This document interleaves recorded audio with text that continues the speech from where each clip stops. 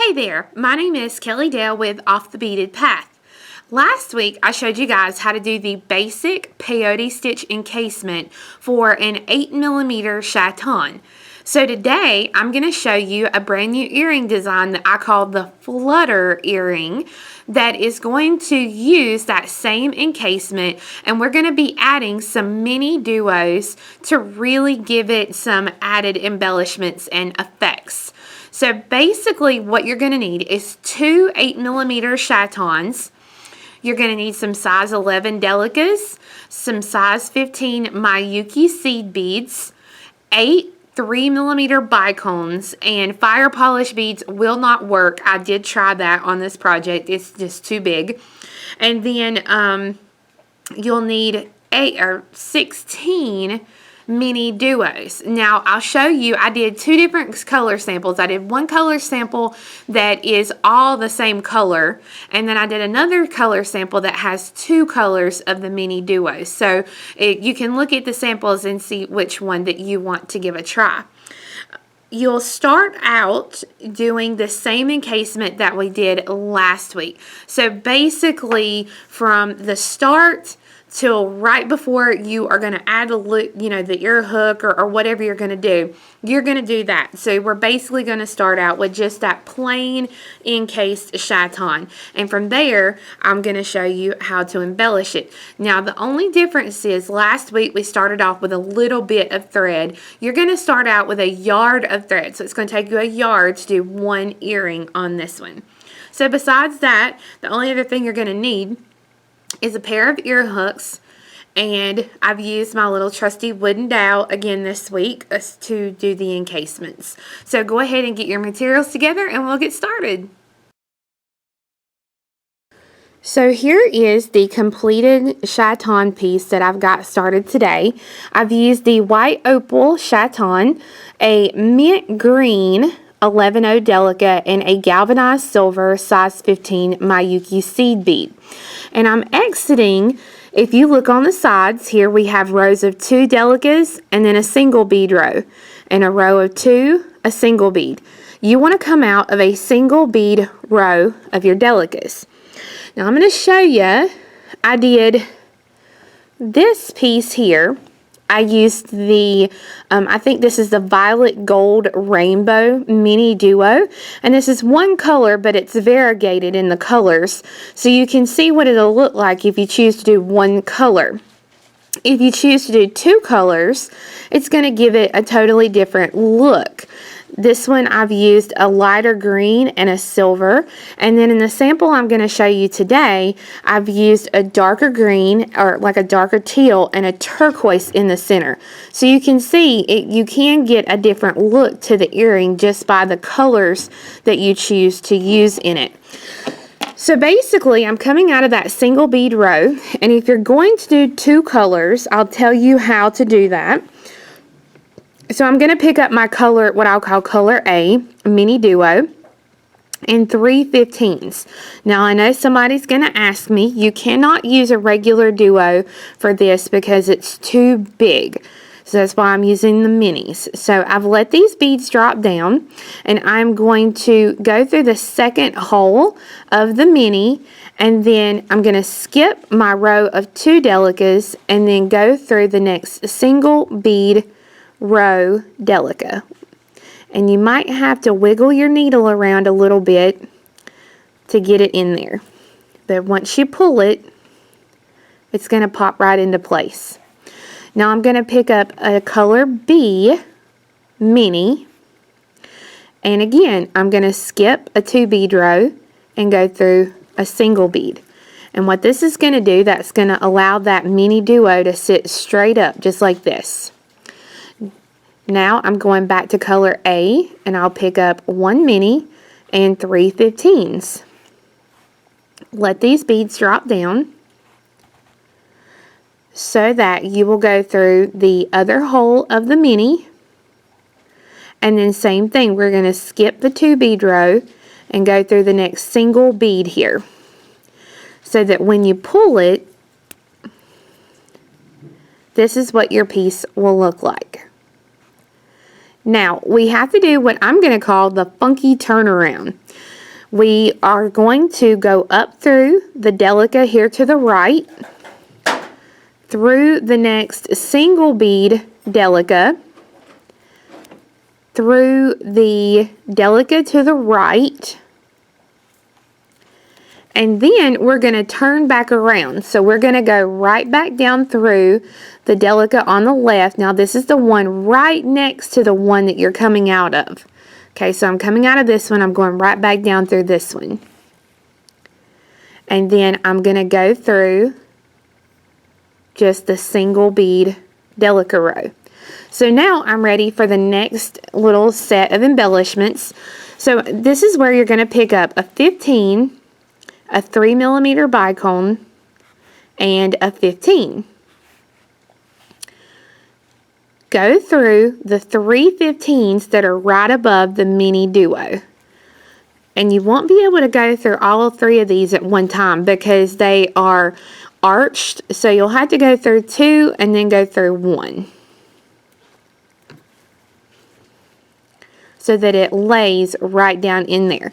Now, if you use a Toho brand 15 for this, these beads here are going to stick out and not look right. So that's why you want to use the Miyukis. Now, I am ready for my mini duos. Because I want this to look like a diamond here in the center, I'm going to pick up a color A and a color B mini, and go through the open hole of that little center mini duo, and then pick up a B and an A, and then go through the 3 seed beads that are right above the other mini duo, so that when you've gone through all 3, this is what your piece will look like so far. We're missing the crystal over here, so we've got to add that in. I'm going to pick up a 15, a 3mm, and a 15.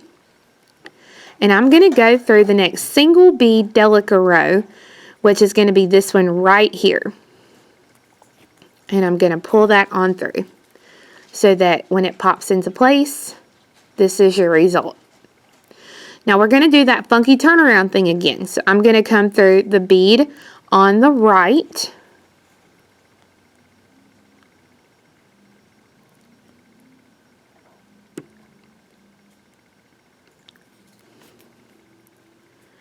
down through the bead on the left, and then I'm going to stitch through my beads to where I'm coming out of the third 15 right below the 3mm that I just added.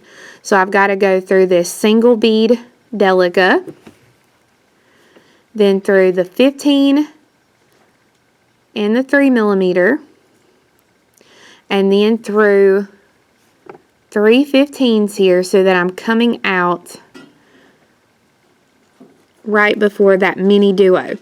Now do not go through the 4th 15-0. You're only going through the first 3. Pick up 2 15s and go through the open hole of the next mini. Thread on 1 3mm and go through the next open hole. Pick up a color B mini and go through the open hole of the next mini, and then pick up a 3mm and go through the open hole of the next mini, so that now this is what you've got so far. Pick up 2 15s, and we're going to skip the first 15 right here at the mini and go through the next 3.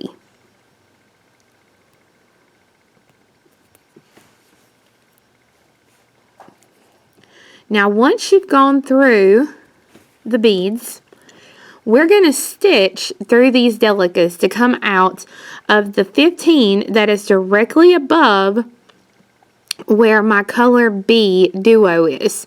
So I'm going to jump up to this single bead Delica. So I'm going to stitch through, just doing that little zigzag motion, And at this point, as you're going through these side beads here where we've done what I call the funky turnaround, your thread is going to be getting really tight up inside of those beads. So you want to be really careful. Make sure you use a size 12 needle to stitch through, so that way you don't bust any of your beads. So I'm to the single bead Delica row that I need to be coming out of to make the little loop to hang the ear hook. So I'm going to pick up 6 of these 15s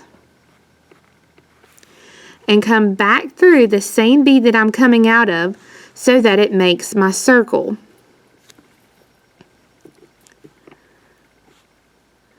So go through and reinforce it again just by going through all 6 of those beads one more time.